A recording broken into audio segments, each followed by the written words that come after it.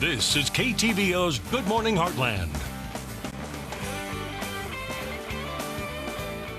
And welcome back. A combination of strong winds, low humidity, dry conditions, and warming temperatures this time of year has the potential to create explosive wildfires. Each year, the Missouri Department of Conservation staff work with fire departments around the state to help suppress thousands of wildfires that can consume tens of thousands of acres. And this morning, we have John Murphy here this morning to share some preventative tips with us. How are you doing today? Just great. Thanks for having me on. Thank you for coming on. So You first bet. of all, why is it so important to start thinking about this and knowing that this is a very important season because it is starting to get dry outside again? You bet. And it just happens to be, it's just a function of this time of year.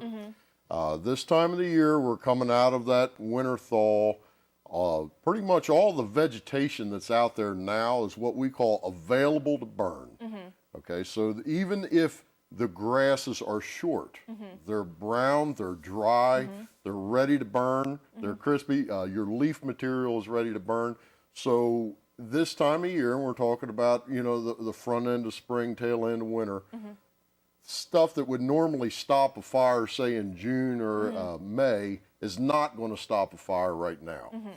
We've been on some wildfires already this fall or this winter, where we've had wildfire go across even bean stubble and very short grass. Right. So you cannot rely on the shortness of that vegetation or anything like that to stop a fire, because it will run right across it right now. Okay, so let's talk about the 3 points that you want everybody that's watching to remember. The first one is natural cover fuels. What does that entail? Natural cover fuels are basically exactly what we just talked about. We're talking about leaf litter, we're talking about branches, we're talking about grass, that type of thing. Everything right now is cured and ready to go. So you have to be aware that, you know, that stuff that's out there will light, even if the ground is mud. You can actually have wildfire run across muddy ground or even ice, for that matter, if the grasses are cured and are able to carry that fuel. So I know that throughout this season and into summer that, you know, sometimes we issue like a no burn day. Kind of talk about that and how relative humidity actually plays a role into that. So a lot of times what we try to do before there's actual burn bans initiated and that type of thing is just be wise about what's happening. There's a couple rules of thumb if you're burning natural cover, like you're burning leaf piles and that type of thing. And you know, we're all anxious to get out there. We have these nice warm days and we enjoy getting outside. But try to avoid burning anything if the relative humidity that time of the day is going to be below 30%. And you can go online, you can check those relative humidities, you can look at these things. Try to avoid burning if it's below 30% relative humidity and or you have sustained winds over 12 miles an hour.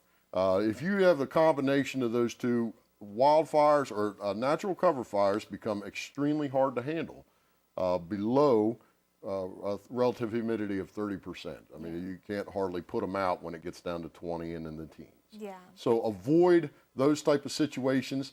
And as you know, those type of, you know, you may have really good humidities in the morning, but you know, every afternoon in the spring, we're going to have warming, we're going to have a bunch of mixing of the atmosphere. So you're going to get gustier winds and lower relative humidity. So if you start a fire, you're burning some debris in the morning, make sure it's wrapped up by lunchtime. All right. And the final point that you want everybody to remember is to delay burning brush and leaf piles, yard waste, or cover burn barrels with screens for a few more weeks. Why is that? Allowing those natural cover fuels to green up. Let's get some bud break on some of that vegetation, get some shade. Right now, everything is exposed to wind and sun because there is no shade and there's no green out there right now. So I know it's not very aesthetically pleasing. We had some ice damage and that type of thing. You have limbs and leaves in the yard and that type of thing.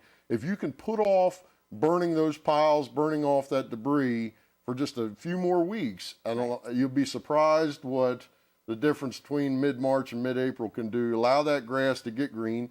Your leaf pile, your brush pile will still burn, okay, but now you have this green barrier around it.